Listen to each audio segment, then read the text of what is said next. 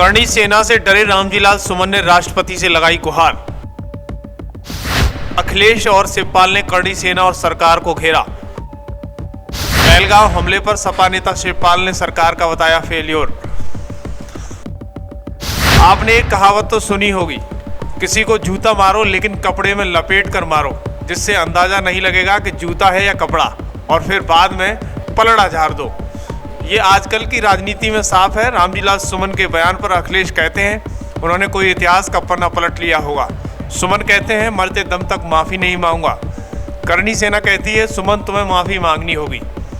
ये बात हम क्यों कर रहे हैं, आइए बताते हैं आपको सिलसिलेवार तरीके से। दरअसल राज्यसभा सांसद रामजीलाल सुमन संसद में राणा सागा पर गलत बयान देते हैं। जब बयान पर प्रतिक्रिया आना शुरू हो जाती है तो रामजीलाल सुमन को अपनी हत्या का डर लगने लगता है और वो इस हमले में करणी सेना को सरकार की सेना बताने लगते हैं। समाजवादी पार्टी इसे जाति मुद्दा बनाकर राजनीतिक रोटियां सेकना शुरू कर देती है, लेकिन दूसरी तरफ करणी सेना सपा राज्यसभा सांसद के रास्ते को बंद कर रही है।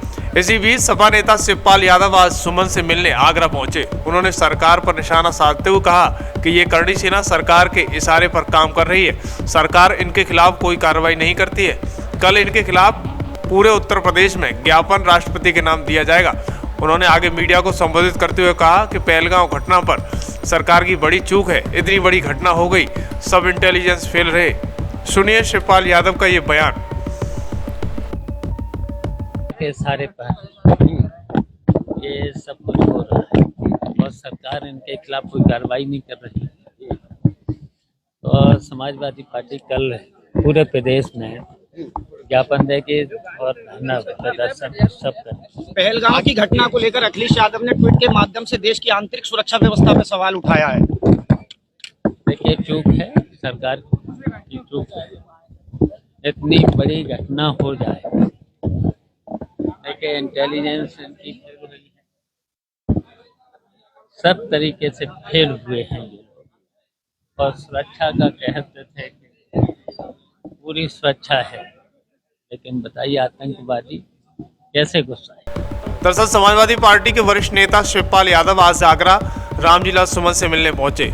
करणी सेना और राज्यसभा सांसद रामजीलाल सुमन पर आए दिन कुछ न कुछ नया विवाद होता हुआ दिखाई दे रहा है। आज फिर से समाजवादी पार्टी के राज्यसभा सांसद ने देश की राष्ट्रपति द्रौपदी मुर्मू के नाम एक मेल लिखा, जिसमें सपा राज्यसभा सांसद ने राष्ट्रपति के नाम मेल लिखते हुए कहा कि मेरे द्वारा दिया गया बयान राज्यसभा की कार्रवाई से हटा दिया गया, लेकिन करणी सेना भारतीय जनता पार्टी के इशारे पर काम कर रही है, मेरी हत्या करना चाहती है।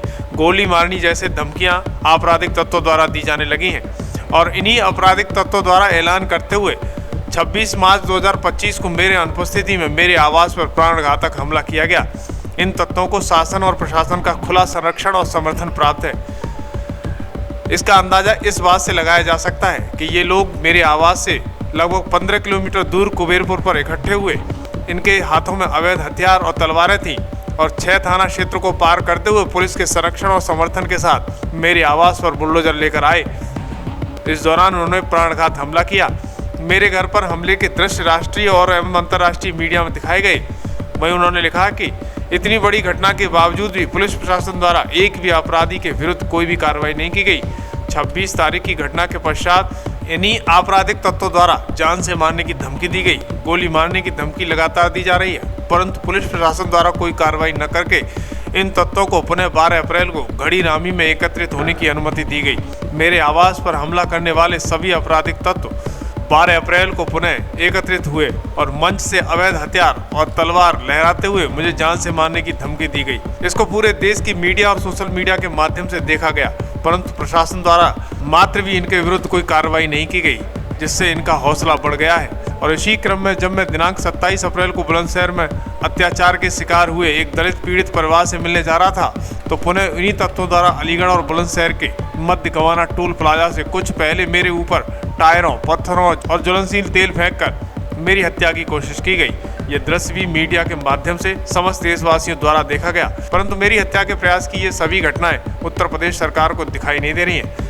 वहीं उन्होंने लिखा क्योंकि ये सभी उत्तर प्रदेश सरकार द्वारा मेरी हत्या के लिए रचे गए षड्यंत्र की पटकथा है। बिल्कुल 21 मार्च को राज्यसभा में दिए मेरे वक्तव्य के बाद मुझे मिली धमकियों के संबंध में मेरे द्वारा माननीय उपराष्ट्रपति, माननीय गृह मंत्री, भारत सरकार को तत्काल अवगत कराया गया। लेकिन अफसोस है कि अब तक मेरे और मेरे परिवार की सुरक्षा की कोई भी व्यवस्था नहीं है। इसका मतलब ये कोई सुनियोजित षड्यंत्र है। मुझे विश्वास है कि मेरे आग्रह के बाद आप मेरे और मेरे परिवार की सुरक्षा व्यवस्था सुनिश्चित किए जाने का आदेश करने का कष्ट करने की ध्यान देंगे।